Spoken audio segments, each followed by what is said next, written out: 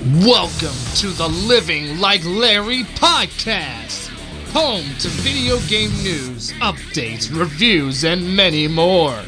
Introducing your host, the man known as Reptile on YouTube, Larry the Lobster Henson III. Kick back and enjoy this extraordinary episode of Living Like Larry.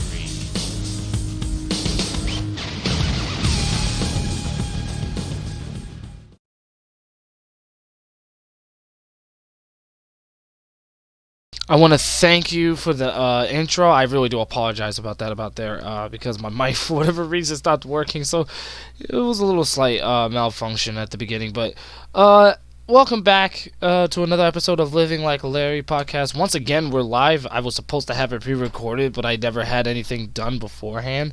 So I really do apologize. But thank you guys for joining me again on this podcast. It really means a lot. So we might as well just get to the subjects. But it's funny because I was supposed to start the podcast an hour ago, but not only was I eating, but I was also trying to run a certain game that I just got from my Japanese Sega Saturn. But I'll talk about that much later in the podcast. But for now, I actually want to talk about something that's very, very interesting now. Even though I consider PC to be my primary current gen game console, because I think PC gaming has a better flow, better independent budgeting, and graphically a lot of the games are usually a lot better. Not that it's a deciding factor as far as it should be your definitive experience for most games that you play. Like if you prefer playing on PlayStation or Xbox, that's fine, but that's more like a bonus. But basically what I'm trying to say is that even though I prefer PC gaming as my current gen game system, there is some very interesting things that needs to be discussed in regards to the PlayStation 5. And there's actually quite a lot to talk about here. So, as you guys probably already know, Sony announced the PlayStation 5 I think it was like a couple months ago, I don't remember. And they said that the PlayStation 5 was going to be released at the end of 2020. It'll be kind of interesting to see how everything works out, especially with COVID-19 being the thing.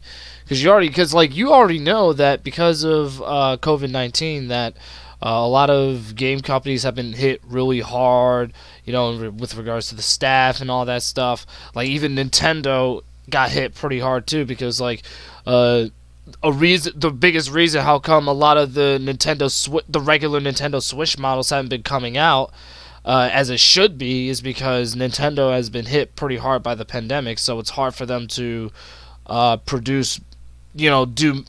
produce more systems and sell them to the market for people to buy.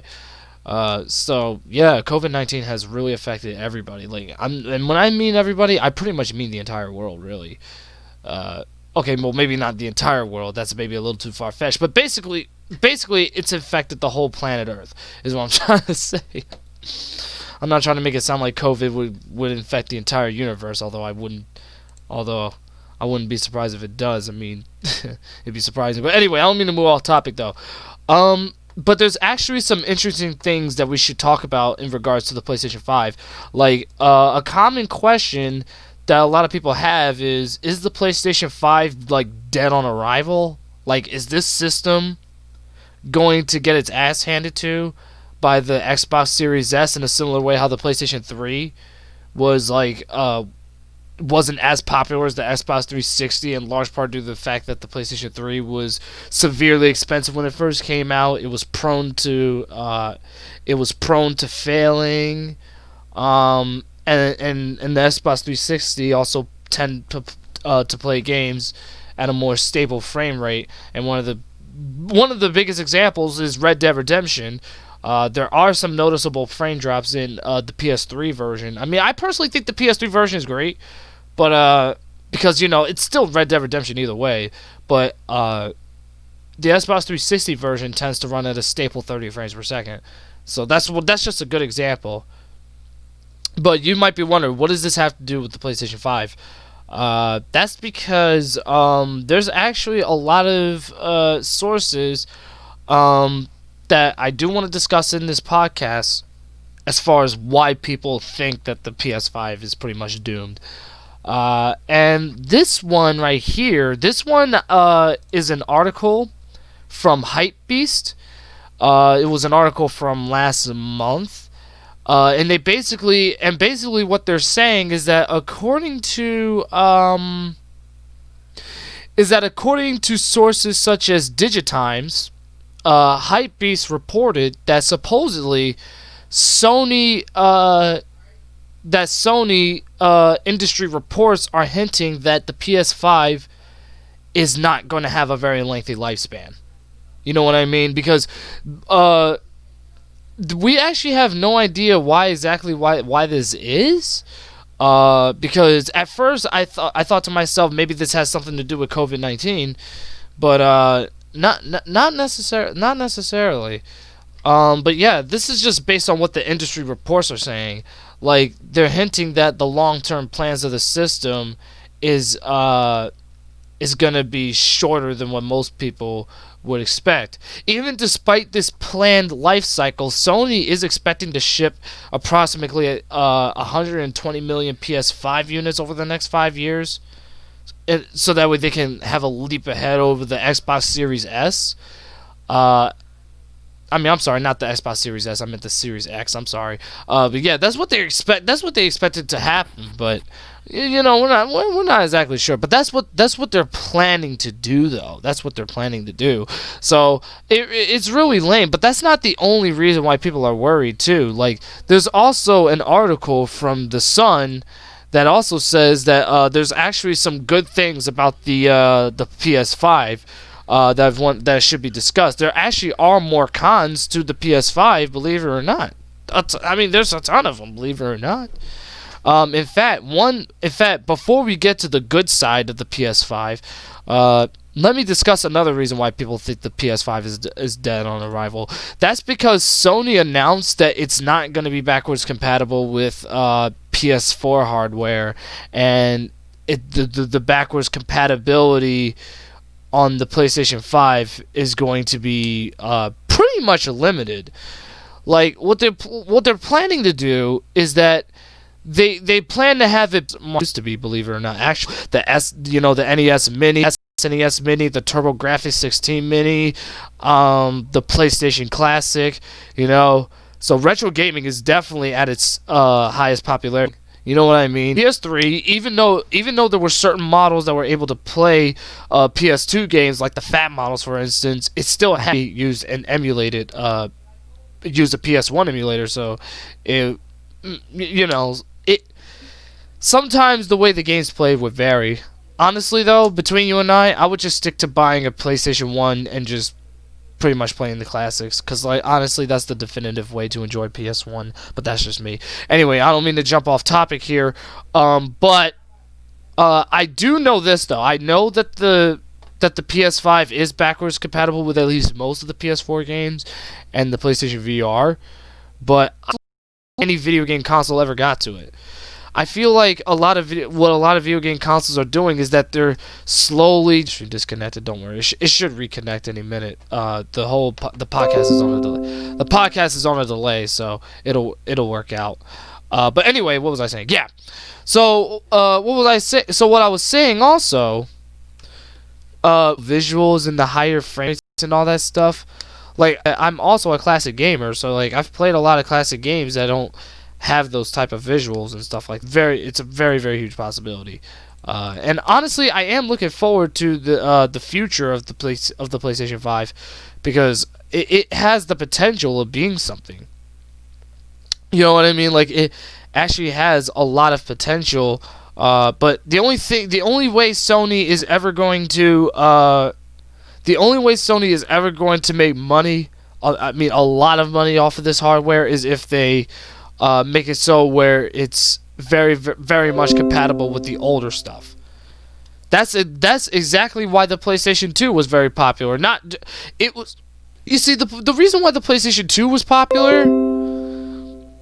Oh my god, I'm sorry, that was very rude. I'm sorry. Yeah, but the reason why the PlayStation 2 in particular was popular, it was because not only was it backwards compatible with PlayStation 1 games, but also it was a DVD player as well. So naturally, people would use it as a multimedia system. Uh, and like, but for the most part, like if you were a guy who bought PS2 specifically for gaming, which is pretty much a good majority of the millions of the 150 million people who bought these PS2s, you would appreciate the fact that it was backwards compatible with PS1 games. And best of all, there was no emulation. It had PS1 hardware integrated in the system, thus making it compatible with PlayStation 1 games. And like I said, there was no emulation, so you could literally play any PS1 game you wanted. And that right there pretty much meant that the overall library of games that you could play on the PS2 was large, the largest for any game console.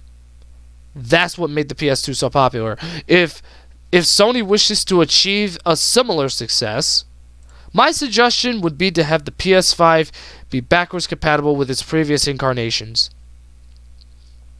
I feel like if they do that, dude, sales would go through the roofs, man. Sales would go through the roofs. It's very unfortunate though, because like for what I hear, I actually heard I had some people actually straight up tell me that Sony is supposedly trying to make people like forget about the older systems and like move on or something like that. And my question is, if that theory was true, why did Sony invent the PlayStation Classic, and why are they making remakes to classic games, and why are they also re-releasing some of their classic PS2 titles on the PS4? Like, if they truly wanted people, and not only that, but when it was the PS1's, I think it was its 25th anniversary or something like that. I think it was its 20th anniversary. Actually, 2020 is the 25th anniversary that the PlayStation 1 actually came out in America, actually. So there you go. Anyway, but yeah, that's just a question I've always wondered. Other than that, I don't really know. I don't know. People will often try to make up their own arguments. Honestly, it's entirely up to you. Like, whatever you want to follow, that is 100% completely fine. But like I said, they are doing 120 frames per second, and Laptop Mag also said that the DualSense controller and the 3D audio is going to be one of the main key features of the PlayStation 5, which I think is going to be really, really cool. Although it sucks that it's not going to be backwards compatible with the PlayStation 4 stuff, but that's still something very much to look forward to.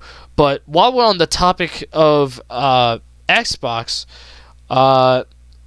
one question that we need to know and answer rather broadly and skeptically is whether or not if the Xbox Series X is the better alternative. Like, is it really going to have a leap over the PlayStation 5 based on what Microsoft has announced for it? Well, I could definitely tell you that on laptopmag.com, the PlayStation 5 was actually heavily criticized by someone who actually used to work with Microsoft and worked with and he was a former Xbox senior director of console marketing. His name was Albert Pinello, and he actually went on Twitter to actually criticize Sony's decision to not make the PS5 be compatible with the PS4's DualShock controllers on Twitter. And this actually blew up pretty well amongst the video game community, and believe it or not, it actually got a lot of people talking. It really did. It got the whole community trending. So Albert said on his Twitter, the crazy thing is this is literally what Albert said, and I quote: "The crazy thing is, there was a better solution, and that would have been to make the DualSense work with the PS4. Stop selling DS4 and make DualSense your cross-gen controller. you'll get a bunch of new controller sales. You'll have a built-in base of customers ready to want to buy PS4, or customers the choice to have to degrade haptics, and they will upgrade to the DualSense over time. So he, in all honesty, though, I feel like, it honestly brings up a good point. It does show his skepticism as far as what Sony's business practices are, really. He also went on to say, I'm probably going to regret bringing this up, but I've been thinking about Sony's decision to allow DS4 controllers to work on PS5 when playing back combat games. I've heard their pitch. We want a new generation to take advantage of new features. Fair enough. So yeah, this caused everybody to start discussing as far as whether or not if this was an actual good business decision that Sony has made in regards to the PlayStation 5. And literally a while after Sony announced that that DualSense is not going to work on PS4 and vice versa, Xbox went on to announce that the Xbox Series S is going to be compatible with Xbox One controllers based on an article from Hypebeast. Now, a lot of people kind of are under speculation that Xbox has only announced this simply because of Sony's announcement. And the timing couldn't have been any coincidental, because both these announcements literally happened around the same time. They had just Microsoft as of August the 3rd announced that the Xbox Series X is going to be backwards compatible with Xbox One controllers. And that's not the only other exciting news regarding the brand of Xbox either. There's actually a lot more to this story, and I'm only just giving you this. I barely even scratched the surface here, and I feel like Microsoft's decision is definitely a big leap over Sony. I have to admit, I'm a huge PlayStation fanboy, but and I'm saying this, I will say this: while I am a fan of Sony, I'm not blind. I'm gonna put it to you like that. So I can definitely admit when another company is doing better than the other. You know what I mean? So I can give Microsoft its respect as far as its business practices for allowing this next-gen console of theirs to be backwards compatible with their previous accessories, because it makes it very much interchangeable. That's what people love when it comes to playing their video game consoles, is interchangeability. Being able to play, some of their older accessories on a newer console and all that stuff. Well, I mean, that's not technically interchangeability. It's more like backwards compatibility. But you gotta get what I'm saying. I just tend to word things very wrong, so just pardon me for that. But yeah, the fact that it's just like how when the PS2 came out, not only was it backwards compatible with the entire PlayStation 1 library, but it was also backwards compatible with PS1 accessories such as the PS1 multi-tap, the Askaware arcade fighting stick, and the Namco Gun Con, and so among many others. Any accessory that was for the PlayStation 1 was going to work on the PlayStation 2. Bottom line.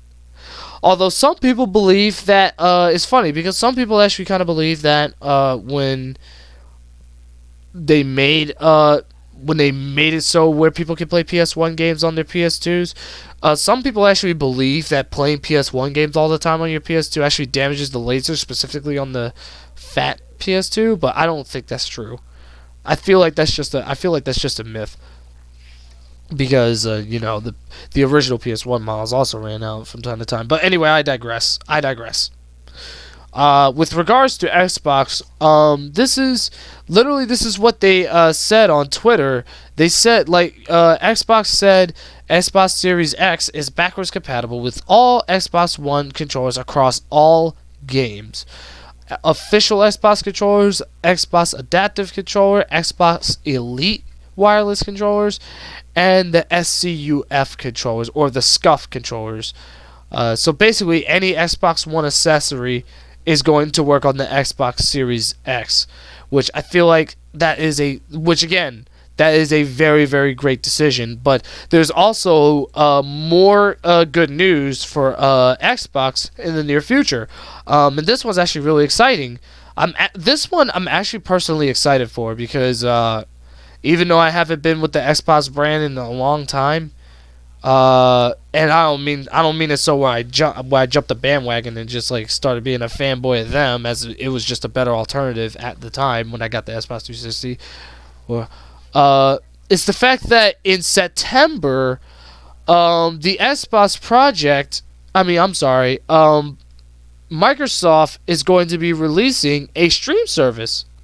Believe it or not. Yeah, that's right. In preparation for the release of the Xbox Series X, on September 15th, I believe, Microsoft is going to launch an Xbox streaming service called Project xCloud. What this streaming service does is that it allows you to play Xbox games on your Android tablets or phones or whatever. It's not going to be available for the iPhone and iPad, however, and we'll get to that in a second. But this is according to a statement shared by The Verge. A Microsoft spokesperson stated, and I quote, "It's our ambition to scale cloud gaming through Xbox Game Pass across all devices, but we have nothing further to share at this time regarding iOS." And like I said, we'll get to that later. So, September 15th is when Project xCloud is going to be released exclusively for the Android devices. And the service is going to be bundled with a subscription to Xbox Game Pass Ultimate, which is $15 per month, which is very, very, very, very, very, very, very affordable. So that is great. That is some great news to hear. And the service is the service is actually going to launch as a beta before it goes worldwide, and they're also partnering with other gaming companies like Razer, PowerA, 8BitDo, and Nikon, so that way they could create accessories and controllers that work specifically for Project xCloud and on the mobile devices. And some of the flagship titles that they're going to have for Project xCloud includes Minecraft Dungeons, Destiny 2, Halo Master Chief Collection, Dragon Ball 2, Forza Horizon 4, Gears 5, among many, many others. So this is some very, very exciting news. And as far as what their deal is with iOS, because you might be wondering, why is it being exclusively being released for Android, but it's not going to the iOS? Microsoft didn't reveal what Apple's policies were in regards to keeping xCloud from launching onto iOS, kind of similar to the whole Google Stadia situation. But most people actually kind of think that it's due to the fact that Apple's 30% cut of in-app purchases, which is like a policy that is part of tech antitrust hearing or something like that, from what I understand. But we still don't know. We still don't know for sure. All we know is that based on what the Microsoft spokesperson said in regards to this deal, is that they don't have anything. Is that they don't have anything to share as far as releasing Project xCloud on iOS. So it's actually kind of interesting where everything is going to go from this point forward. And I feel like, and in my own mind, I think Microsoft is going to have a very, very bright future with their Xbox Series X. I think this system does have potential. It really does. But me personally, though, I probably wouldn't break my neck for it, honestly, because as I said at the beginning of the podcast, I am more of a fan of PC gaming, because PC gaming, when you have like a really good PC, you don't even have to upgrade it for at least another 10 years. Usually, because they usually last for a very, very long time. And You don't have to pay for any subscriptions to play online on any of your games and all that stuff. They also work with controllers, keyboards, and mouse and all that stuff. Like, it allows for better control, and there's better connectivity as well. And like I said, you can also make it so where the graphics are much better than the console counterparts, which a lot of people. And I'll give you an example. A lot of gamers, including myself, consider Tekken 7 on PC, the PC port of Tekken 7, to be superior, the definitive version, compared to its console counterparts. And this is in large part due to the fact that the loading times are much quicker, and you can actually mod the game to have it run at 120 frames per second. And like I said before, when you're playing online, there's better connectivity, so you wouldn't experience too much input delays or anything like that. So that's why I think. That's why I think PC gaming is better. But I would love to discuss that for another time, because that's a topic that I feel like could definitely have like maybe at least a quarter of a podcast dedicated to it. You know what I mean? Like, that's why I think it should go to big time. But there's also some other things that I also want to discuss as well. As you guys probably already know, I am a retro gamer. I love collecting retro games. It's always been one of my favorite hobbies, honestly. And if you guys saw my recent videos, right? If you guys saw my most recent video on my YouTube channel, which is a vlog where I unboxed my boss Japanese Sega Saturn, that happens to be the most recent pickup for my collection. Of course, that's obvious to anybody, because I made that vaguely clear in the in the video that it was my first pickup, and not only a long time, but it was the biggest acquisition of my collection. But this Japanese Saturn that I got cost me $185, and the only reason why it cost so much is because it had the original box and everything. And I'm just really glad that I have it, because I literally worked so hard to get it. It was not easy trying to get it. It really wasn't easy. And the fact that this game system is now sitting in my collection, and I also have the original box sitting in my room, just so that way I could gawk at it all the time, is just great. But yeah, that's just one of the few retro pickups that I've had as of recently. To be fair, I haven't really had that many retro game pickups that much very recently. Although I am planning on picking up more games from the future. Actually, I do have some more games that's going to be coming in the mail pretty soon, which I'm very much excited for. But my most recent pickup, which I literally just announced on my Discord, I most recently picked up the King of Fighters 95 on Sega Saturn, which came with the ROM card. Now, here's the interesting part, which is why I actually want to bring this up. When I first got the game, right, as I got home from work today, because I literally just got the game today, and I was literally testing it out before I started this podcast. I remember I was so excited. I put the game in. I even did like this whole video as well. I even did a whole video where I was testing out the game to see if it would run. At first, I thought maybe the game was loading, but as it turned out, when I first booted up the game, it said King of Fighters now loading, and then what happened was that out of nowhere, like as in literally out of nowhere, it said that the ROM, basically in Japanese, it said that it couldn't read the ROM cartridge. And I'm like, what the hell? Like, I literally paid $30 for almost $30 for this game. Yeah, just about. Yeah, I basically paid almost $30 for this game, and I was so upset that it didn't work. As of right now, currently it actually is working. Currently the game is paused right now, but it was freaking hell on earth trying to get this thing to work, because what happened was that as I put the cartridge in several times, it just wouldn't work. At first I thought something was wrong with my Japanese Saturn. Like, at first I thought maybe the cartridge thing was broken. I was hoping that wasn't true, because again, I paid a lot of money for the Saturn. But as it turned out, but what I did was that I put my Action Replay Plus cart inside of it, and it literally worked just fine. I didn't even blow on the cartridge at all. Like, I literally just put the cartridge in, and bada bing, bada boom, it just came up.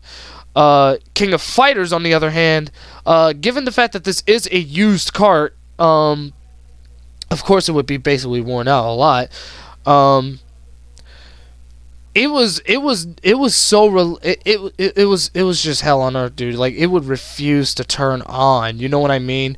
Because I cleaned it with alcohol. It didn't work. I cleaned it with water on a Q-tip, like all of which I did with a Q-tip. That didn't work. I blew on it several times. That didn't work. I even cleaned the RAM chips inside the Sega Saturn's cartridge input. That didn't work initially. And then literally just this one final attempt. Like, literally, I'm talking literally a couple minutes before I started this podcast tonight. Literally about 5 minutes before we started, the game actually worked at the last minute. And I'm thinking to myself, like, what the hell? Like, I never actually had the chance to actually play this game for myself before I started this podcast, but it doesn't matter anyway, because we're already halfway through this podcast anyway. But that's not the main point, though. But yeah, it actually works, and yeah, it plays very well. Like, this port of King of Fighters 95 might actually be superior to the PlayStation version, but based on the 30 or the 60 seconds of gameplay I was having with it, in large part due to the fact that the gamepad actually works very, very well. I would still rather use a fighting stick, but the gamepad still works pretty well. So yeah, basically what I'm saying is that King of Fighters 95 is the most recent addition to my collection, other than the Japanese Sega Saturn. And King of Fighters 95, I actually ordered that. I literally ordered this game the same day I received my Japanese Saturn, and much like the Japanese Saturn, the game literally showed up in only 2 days. So I was actually really surprised at how fast they really showed up. Like, I'm talking, it was almost like Amazon like shipping. But a large part is due to the fact that the guy that I bought this from, both of these things I actually bought from the same guy. He lives in New York, which and you guys probably already know I live in Philadelphia. And New York is obviously not very far from Philadelphia. In fact, it's only about 2 hours, I think, from here, actually. Like, I'd say an hour and a half. I would say at the quickest, an hour and a half. Like, it's literally not even that like, New York City is not even that far. And I know that for sure because me and my cousin Nasha Dante rode the bus up to New York City last summer, and it was really fun. And we was originally gonna have another trip this year, but again, I don't mean to jump off topic from the podcast, but once again, COVID-19 was what put a halt to that. But the reason why I bring that up is because, again, the guy that I bought these two assets from for my collection came from that one seller in New York. And whether or not if he's watching this right now, I want to thank him personally for the fast shipping and for sending me a nice working Japanese Sega Saturn in its original box. That, and the fact that he also sent me at least a halfway decent copy of the Sega Saturn version of King of Fighters 95. And I say halfway decent because, again, trying to get that cartridge to work was hell on earth, dude. Like, originally, I was like, I was literally about to send it back and get a refund on the item until the game worked at the last second. So I was just more than willing to give it a chance from that point. But yeah, ever since then, uh, like, the game just started working from that point. And so now what I'm trying to do is I'm trying to make it so where it keeps running, so that way the Saturn can at least have no problem running the game whenever I start it up. And I'm also gonna keep the ROM cart inside of the Saturns, just so that way I don't have to constantly bottle with it all the friggin' time. So there you go. Now we're gonna be moving on to our final topic for the podcast. If you guys are wondering what the usual runtime for these podcasts are, they usually last for about anywhere between 45 minutes to an hour. Sometimes it does go over. So I would say at the latest it would probably be like maybe an hour and a half, but most of the time it's usually like 45 minutes within an hour. For those of you who wish to know, like, the length of the Living Like Larry podcast on average. But there's actually one announcement that I do want to make, and this is an announcement that I'm pretty sure a lot of my fans have been waiting to hear for a long time, because it's been a while since I've been in the game. MasteReptile is going to be making a return very, very soon. Now, you might be wondering, what are the details? It's been difficult for me to try to keep doing more music for MasteReptile because I'm trying to, like, come up with more musical ideas, like how I want the next albums to sound and all that stuff. Like, I'm trying to figure out whether or not if I should do another dubstep album like I did with Eye of the Storm. Which actually, even though Eye of the Storm wasn't as successful as some of the previous albums I'd done, it was still decent enough to get some to at least get some decent listeners, even on my Spotify too. Because again, if you guys don't know, my music is on Spotify. All of it actually is. But regarding the future for MasteReptile, though, like I said, as far as the next album is concerned, it's basically going to be to put it simply, another Reptiles Trap album in a way. It's not, but don't get the wrong idea. It's not going to be called Reptiles Trap 2 or anything like that. But it's basically going to be a sequel. Basically, what I'm trying to say is that it's going to be like a sequel album. That's the direction that I want to go for this album and stuff. Because believe it or not, I actually been working on the beats for these songs since like 2019. Like, this particular album that I'm announcing to you guys, I've actually been working on for almost a year and a half. Believe it or not, yes, a whole year and a half. So it's been, so yeah, this album has been in the works for a very, very, very long time, and it's actually really interesting too. It's actually very, very interesting. Basically, what I want to do is that I want this album to kind of be focused on things that have happened in my personal life, to kind of reflect on everything that happened in 2019 and everything when I used to be at, the lowest place I had been mentally. And that's what I want this, and that's the direction I want this to go. And a large part why I'm doing a whole album based around this idea is because of the success of Deep Thoughts, because Deep Thoughts ended up becoming my biggest track off of my album Streets. And if you guys listen to Streets, it had tracks like, Heroin Train, Electric Beast, Spaced Out, and all that stuff. But Deep Thoughts was my most popular track.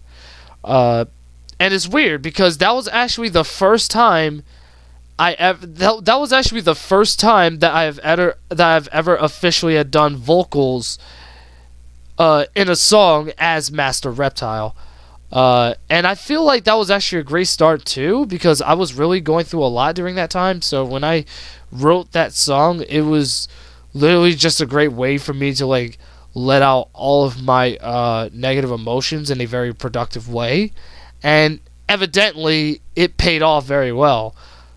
And that's the biggest reason why I'm doing this new album, because based on the fact that people kind of took a lot of interest in hearing me vent about my personal life issues or my inner demons and whatnot in a very productive way for great storytelling, uh, is obviously it's gonna do well. I feel like it's going to do very well, and I'm also going to be collaborating with Ace OG. As you guys probably know, if you don't know who he is, you guys probably best know him as Mr. Director 8 on YouTube. I've actually collaborated with him on a couple videos. I remember I did a top 10 list video with him. I think it was the top 10 worst logos ever made. And then we also did a collaboration track on Reptile's Trap, on the Reptile's Trap EP. And for this album, expect to hear another MasteReptile and Ace OG crossover once again for this album. I'm not going to spoil exactly what it is. Hopefully no one in the chat will, even if Mr. Director Ray himself is in the chat, I hope he's not like going to spoil it. But yeah, I'm not going to spoil the major details in regards to this upcoming album, but what I will tell you is that it's going to be a blast. Like, this album is probably going to be it's probably going to be my best one. One of the things I always want to do is try to make each album sound better than the last, and that's what I want to do for this one. Because again, it's going to be the first ever MasteReptile album to feature vocals from me on literally all the tracks. It's going to feature another MasteReptile and Ace OG crossover. And there's going to be I can't give an exact count on how many songs are going to be on the album. But let's just say there's going to be a good selection of them. It's going to be one of the longest albums I've ever made. That's the only thing you need to know as far as the rap album goes. So that's going to be the next album coming out. But as far as me making another dubstep album and another house/EDM album, that's a tough one there. Because like I said, my most recent dubstep album was Eye of the Storm, and that took me almost a year to finish. Because obviously you can hear that the dubsteps sound very, very professional. Like, like I said, it was hard as hell. Because I had to make sure that a lot of the sounds in the songs were all custom made. And I also had to stick to the minor notes of the drops and stuff, which was probably the hardest part of making the drops. Actually, was trying to stay consistent with the musical minor notes of basically the minor note structure of the song. Basically, is what I'm trying to say. Like, say it's in F minor, I try to stick as close to that as possible. But keep in mind, I'm not a big expert in music, so I'm not the right guy to ask. As far as try to mentoring people and whatnot, so don't try and ask me. I'm just a guy who just casually likes making music. Because a lot of believe it or not, I actually learned how to do all this stuff simply by watching YouTube. That's literally how I do it. And then I also listen to other dubstep artists like Skrillex, Zomboy, and so on and so forth, and even smaller independent artists too. And as far as the house and EDM album goes, that one I actually want to make a good return for that one. That's the tough part. I actually don't know what direction I want to take the house album in. I know I want it to sound modern, right? I know I want it to sound modern, and I know I wanted to also at the same time pay homage to old school house songs like What Is Love, for instance. One of the best house songs ever made, and my personal favorite actually. Like, I don't know which direction I want to take this house album in, but I know I want it to sound very unique as usual, because obviously, if you guys have paid attention to some of the albums that I've done, The Next Reality, which was one of the earliest albums I ever done, and that features some of the best house music and EDM music I had ever done.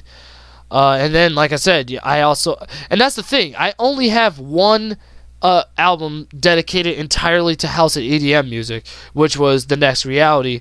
Other than that, a majority of my albums consisted of dubstep, because you guys got to remember, The Ministry, which was my debut album as MasteReptile, originally the original name for the album, believe it or not, was actually Ministry for the Bass, but the name has since been changed to The Ministry, and that was my debut album right there. And Eye of the Storm, both Eye of the Storm and The Ministry were both dubstep albums that I had done, and because they were basically the main gimmicks of MasteReptile's music. So that's why I want to make another house album to kind of even it all out. But again, I don't know what direction it's going to go in. But I am still looking forward to the future, though. But with that being said, that's pretty much going to conclude it for this podcast. I'm really, really glad that a lot of you still attended this live stream, even during some of the connection issues. Obviously, it didn't go as well as the first episode did. In fact, this is precisely why the podcast is going to be pre-recorded from now on, so that way it doesn't always cut out. You know what I mean? The only time that the Living Like Larry podcast is ever going to be live is during special occasions. Like, I want to save it for special occasions only, because it kind of sets prestige for when it happens. Like, you get what I'm saying? So that's why I want to do it that way. But other than that, I again really appreciate the fact that a lot of you still attended the stream regardless and everything. And I'm really looking forward to the future for MasteReptile, and I also wish both Sony and Microsoft the best of luck in their own in their own respective endeavors and everything.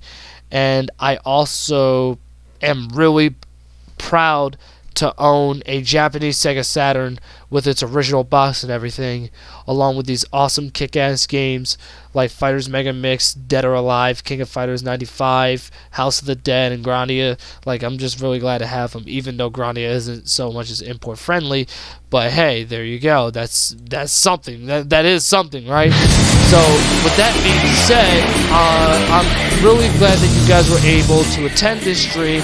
So thank you guys for watching. I will see you guys next week for another episode of the Living Like Larry podcast. You guys have a wonderful night. Thanks for tuning in.